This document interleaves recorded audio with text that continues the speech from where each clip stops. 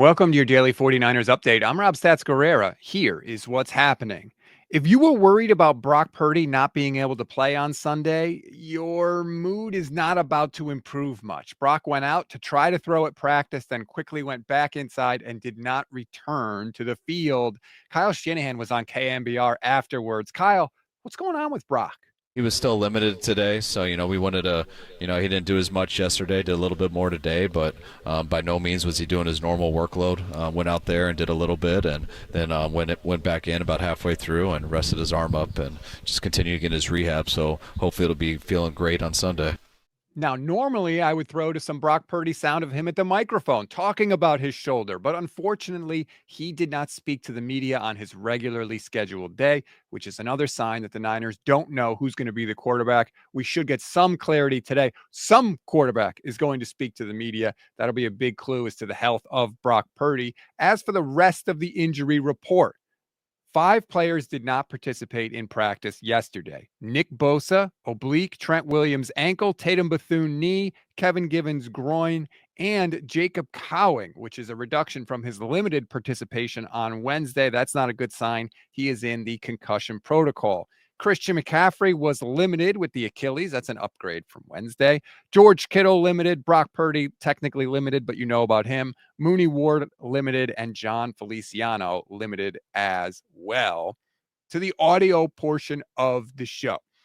Nick Sorensen, your defense has gotten roasted in the fourth quarter of games this year. Why is that exactly? Just got to evaluate it all. I don't think it's one thing. I look at myself first. So I think I've just continually tried to tap into that and what exactly it is. I think we've been beating it up and talking about it over and over again. I just think we need to coach it better and execute better and just finish better as a team. Nick, it's week 12.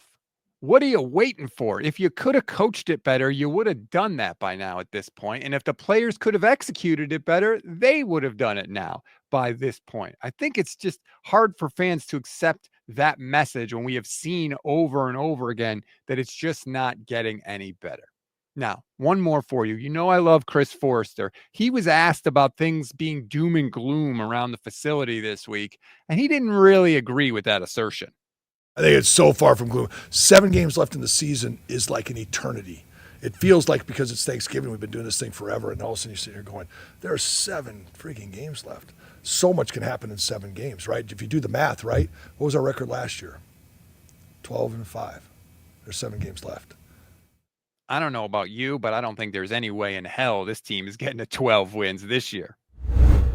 We always give you one thing to read, one thing to watch, and one thing you might have missed. One thing to read on this Friday. Terrell Owens was a guest on 95.7 The Game. He had some interesting thoughts about the season that Deebo Samuel's having for the Niners, or maybe not having. If you want to read what he said, click the link in the description of this episode.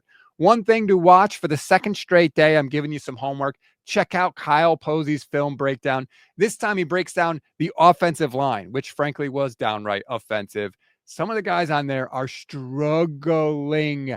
Aaron Banks, Jake Brendel, looking at you. It may be time for John Feliciano to crack the starting lineup. Again, I'll put the link in the description of this episode.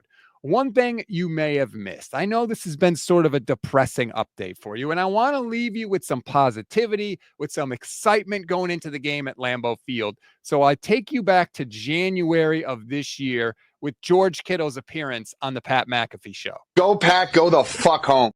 That is the kind of attitude we need from this Niners team, and certainly what we need on Sunday. Just keep that in mind as we progress towards the game this weekend.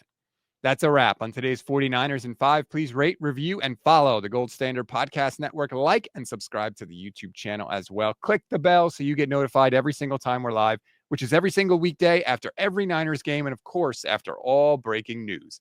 Enjoy your Friday and your weekend, everybody. I'm Rob Stats Guerrera. We'll talk later today.